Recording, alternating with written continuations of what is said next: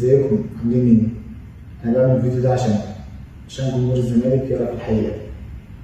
انا بس عشان عندي نقط كتير هتكلم فيها فسامحوني، يعني ممكن ابقى ابص في الورقة من الوقت للتاني يعني. بالنسبة لموضوع الإصابة، أنا اتصبت 8 يناير. دكتور النادي شخصني كدمة قوية وإني محتاج تأهيل من 4 ل 5 أسابيع. بعد كده أخدت إذن من أمير مرتضى بالتنسيق مع دكتور النادي إني أشتغل التأهيل بتاعي بره. ودي حاجة مش أول مرة أعملها، أنا بقالي يعني طول الوقت بعمل كده علشان ببقى محتاج حد مركز معايا بنسبة 100%.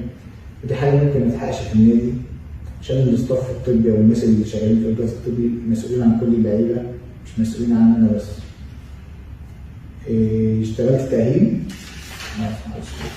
اشتغلت تأهيل ووصلنا لآخر فبراير، ما حسيتش بتحسن يعني، فقلت آخد رأي دكتورين تانيين في مصر، وكان تشخيصهم للإصابة إن مش كاملة خالص. التشخيص الصح إن أنا كنت نزلت لكم على انستجرام، وبعدها اضطريت إن أنا أبتدي التأهيل من الأول. قبل ماتش الوداد في المغرب، مستر كارتيرون كان عارف إني مش جاهز، إني لسه بكمل التأهيل. بعد كده الأستاذ مرتضى وأمير طلبوا مني إن أنا أسافر مع الفريق علشان أساندهم معنويا، فطلبت من أمير إن هو يكلم دكتور التأهيل بتاع النادي عشان يشتغل معايا هناك في المغرب وما تأخرش أكتر من كده. أمير كلمني وقال لي إن دكتور التأهيل بتاع النادي عنده حالة وفاة ومش هيقدر يسافر معانا، وقال لي طارق اقعد كمل تأهيلك في مصر، يعني مش زي ما اتقال إن أنا رفضت أركب الطيارة. وقبل ماتش الوداد في مصر، مستر فيريرا قال لي أنا محتاجك في المعسكر ككابتن من كباتن الفرقة. دخلت المعسكر بالاتفاق مع مستر فيريرا إن أكون في المعسكر، بس ما كنتش في قائمة الماتش، لأن الراجل كان وجهة نظره إن ما ينفعش بعد غياب أكتر من شهرين إن أرجع على ماتش مصيري زي ده. قبل ماتش بيترو أتلتيكو قعدت مع المدرب واتفقنا إن أنا آخد جزء من الماتش. فعلا لعبت حوالي 20 دقيقة أو 30 دقيقة، مش فاكر أوي، وبعدها رجعت ألعب في الدوري بشكل عادي جدا. بعد كل ماتش في الدوري كنت بحس بألم، وكان الألم عندي بيزيد من ماتش للتاني، وبسبب إن الفرقة كانت محتاجة كل حد فينا، يعني فضلت إن أنا ألعب وأكمل الموضوع، يعني ما حبيتش إن أخرج في الملعب في التوقيت ده.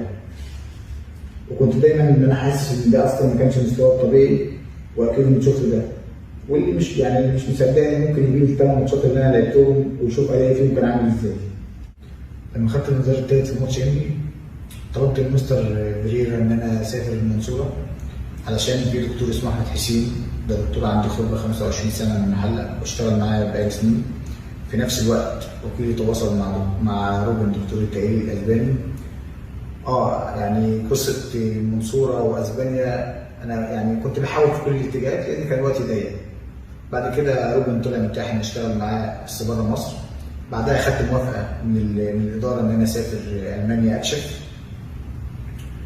وعلى فكرة الموافقة كانت بتاريخ السفر وما كانش فيها مدة محددة لأننا كنا لسه مش عارفين حاجة، فموضوع الأسبوع اللي فات ده مش حقيقي.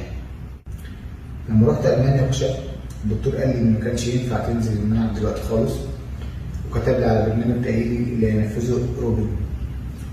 كلمت روبن واتصلت معاه إن إحنا ننفذ البرنامج ده في مصر.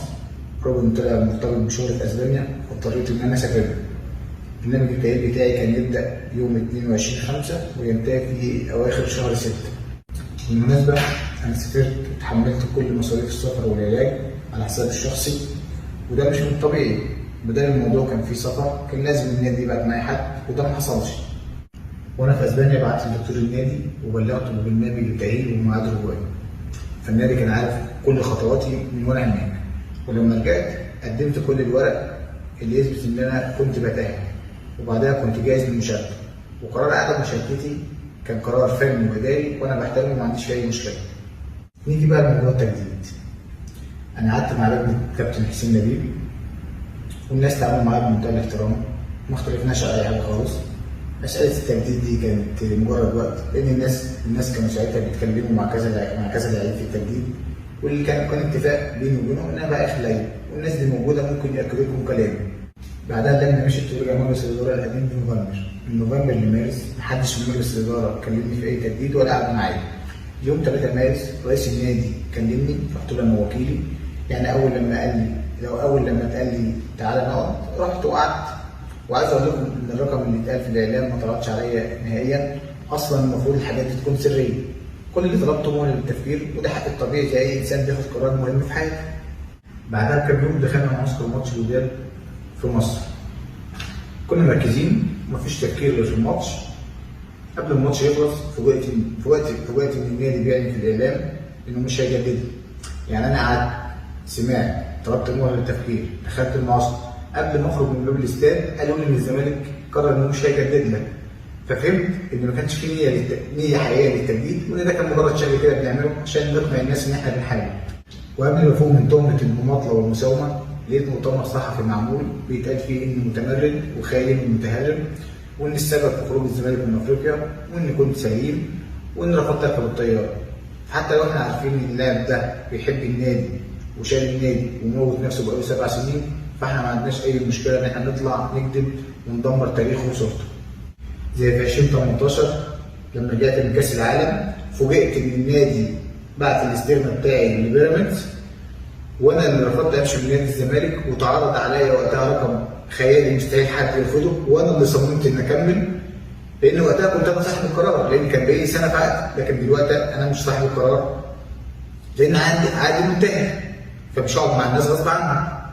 وعشان اثبت حسن نيتي عرضت اني اتنازل عن باقي مستحقاتي، فاشترطوا عليا ان امضي على ورقه بتقول انها غرامات، وفي الحقيقه مش غرامات، هي مستحقاتي. وانا عايز اقول لكم حاجه، انا اخر حاجه كنت ممكن اتخيلها ولحد دلوقتي انا مش قادر اتخيلها، ان جمهور الزمالك يشكل في حب وانتماء. ممكن تختلف معايا في اي حاجه، لكن حب وانتمائي اكيد لا. انا ما كنتش احب اقول كده، بس انا راجل نزفت في الملعب وما رضيتش اطلع. لو كنت اقدر اعمل اكتر من كده كنت عملت عشان خاطر الزمالك وجمهوره. اللي لازم تعرفوه ان لا يمكن اسيب صورتي قدامكم بالشكل ده غير لما اطلع واقول لكم الحقيقه، عشان انتوا اهم حاجه عندي. انتوا ناس شلتوني في دماغكم سنين. انا بقى انسان قليل الاصل النهارده، لو جيت ساومت واتكبرت على الناس اللي عملوا اسمي. اللي عملتوه معايا كان كبير قوي، يمكن كتير عليا. انتوا وقفتوا معايا في كل الاوقات، وكنتوا دايما ظهر وسند ليا.